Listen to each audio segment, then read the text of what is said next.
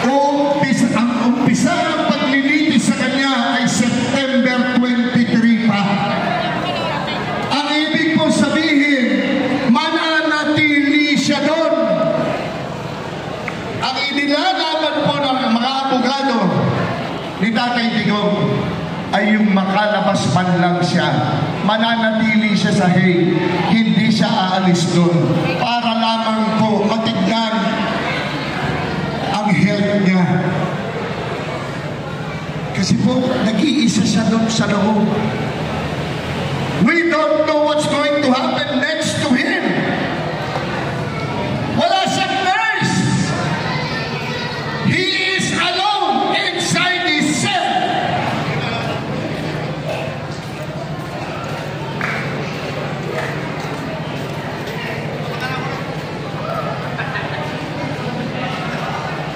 Si Tatay Digong po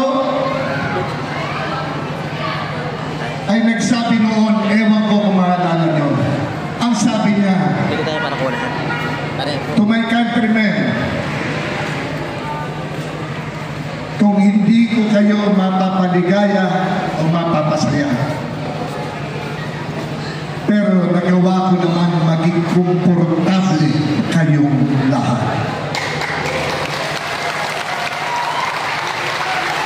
At sinabi niya po, walang takot sa kanya. Ako'y Pilipino. Sabi niya gano'n. Kung ito ang aking destiny, then be it.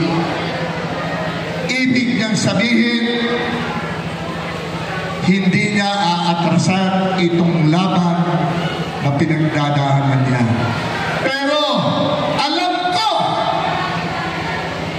hindi lang ang pangin ang sambayanang Pilipino ay kaisa ni Tatay Digong. Tama ko ba?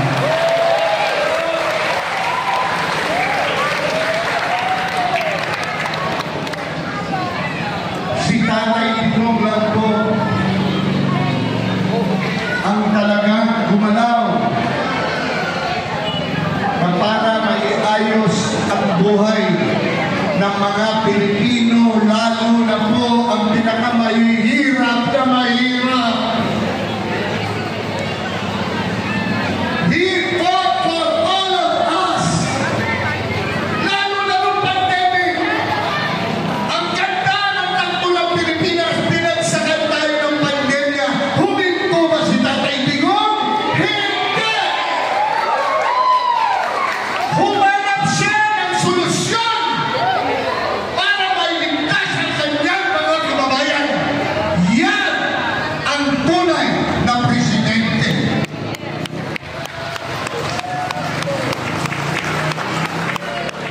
Iniisa-isa nila ang mga Duterte.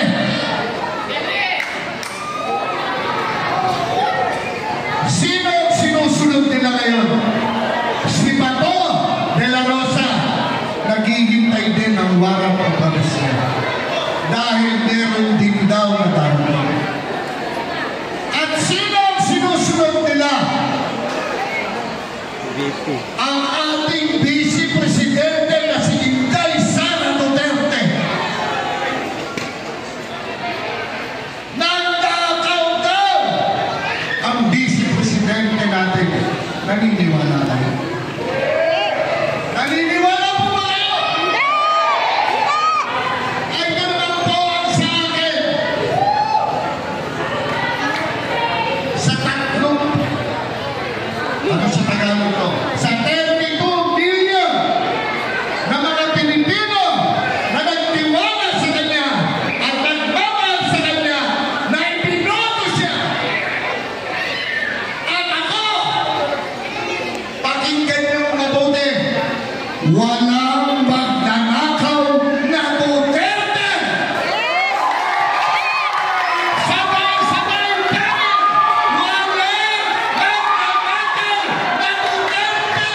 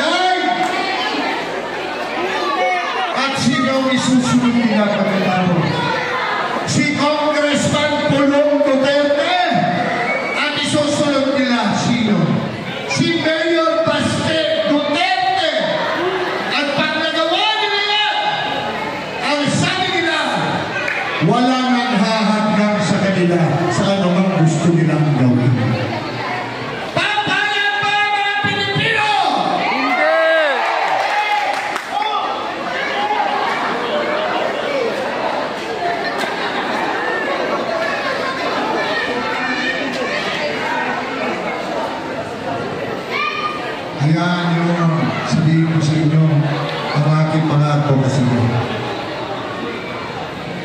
Gusto ko pong ipagpatuloy ang laban na naiwanan ng ating dating Pangulong Rodrigo Roa Duterte. Labanan ng korupsyon, kriminalidad, at ang salot na droga. Hanggang may korupsyon, hindi mawawala ang kabulustugan, ang kriminalidad, ang droga dito sa ating bansa. Gusto ko pong manumbalik ang tiwala ng mga magulang na makakauwi na ligtas sa kanilang mga anak sa kanilang tahanan, na hindi makikidnap, hindi marerate, hindi mapapatay. Kasi ngayon po, rampant lahat yan nangyayari na uli. Harapan mismo ng krami, nagbebenta ng siya. Pinusasan ng kapwa pulis, may tumatay na opisyal na mataas, pinatanggal ng posas. Sa loob ng krami, sa loob ng sasakyan, may pinatay na kuryano. Bakit nangyayari?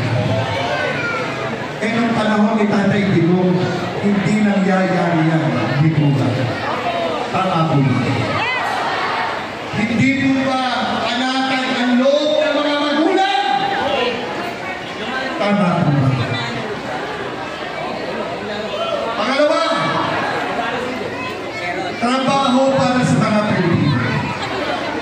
Dapat po bigyan natin ang pansin ito.